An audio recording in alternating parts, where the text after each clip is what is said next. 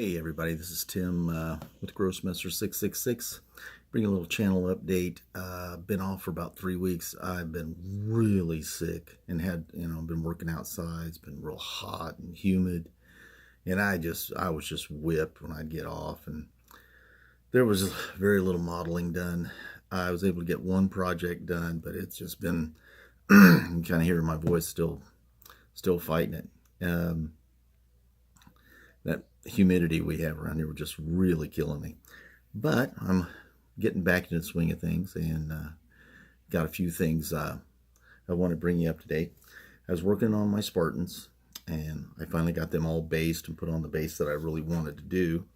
And this is them. All on their little bases, a few tufts, and I really like the shields and the shield transfers. I'm kind of happy with the way they came out. Kind of a standard look. The red, the white. And I got my little, see on the back, my little dice caddy thing. I had it, went and flocked it as well. I still think maybe I might make some extra. That's kind of what I'm going to be working on next.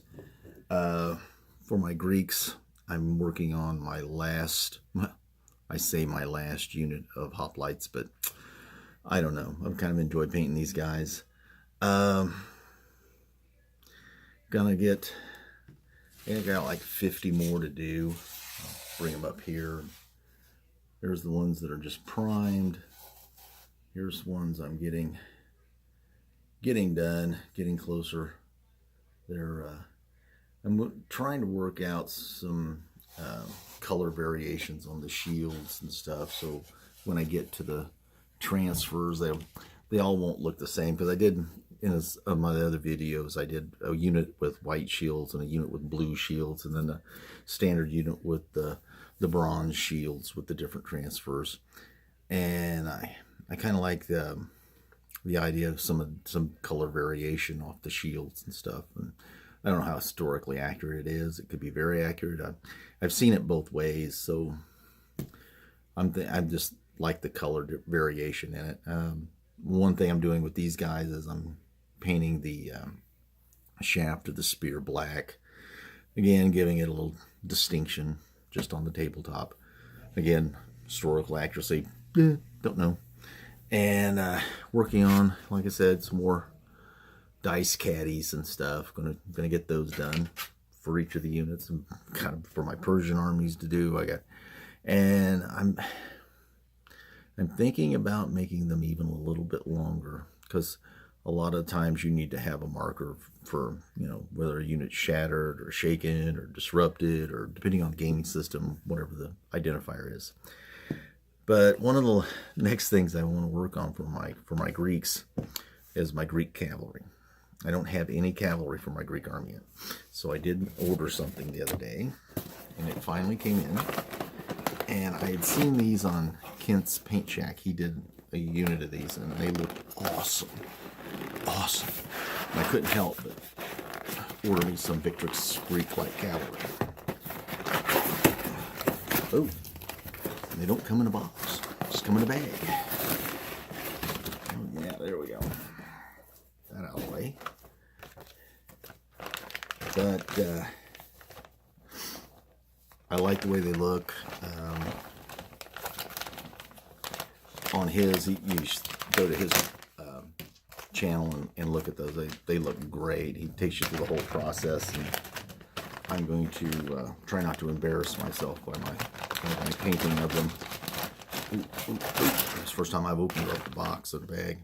I do like, I don't know if you can even tell with this camera, the detail of the horses and the riders and the stuff. Now, my army is a little bit earlier period army, so there probably won't be as much cavalry, and I'm going to try to make them more of like a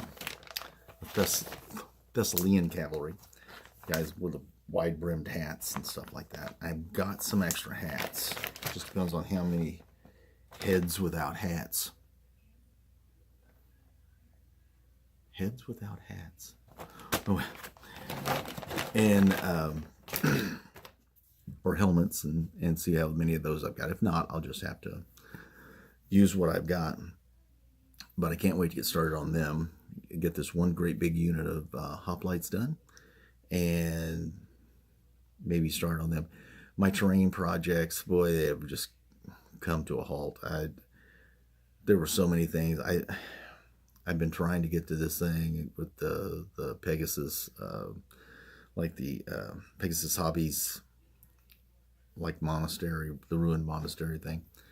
And I think I've changed my mind several times on what I want to do with it. And because of the way it's built, I'm thinking about just doing like a generic like board and then set it on the board, not affix it to the board, because for storage purposes I might want to be able to take it apart or take it down a little bit, and then it won't be such a big place because I don't have that much space to keep a lot of very large pieces of terrain. And that way, like if I have the generic play board that it can sit on, then I can take it off the board and put it back, maybe even use the board for something else. And that way it doesn't have to be nearly so heavy duty, because I'm really having a hard time finding the MDF, the thickness that I want. We've got the great big shelf type pieces, but I don't want to use those. Other than that, everything else has been caught up. I've been watching some great videos and stuff, great painting. Got some new subscribers showed up, and it's been really fun doing these. I get a lot of inspiration from watching you guys. A lot of inspiration. The amount of work some of these guys are doing is amazing to me. Amazing. And not just the amount, but the quality. So that keeps me inspired, it keeps me motivated. And I really appreciate each and every person that really posts some of this stuff. They are really good. And I'm indebted to them because I've learned a lot. And hopefully I keep getting better. That's it. I got to get back to work. I get the rest of these guys painted up and get on to the next project. Everybody have a great day, and have a great rest of the week.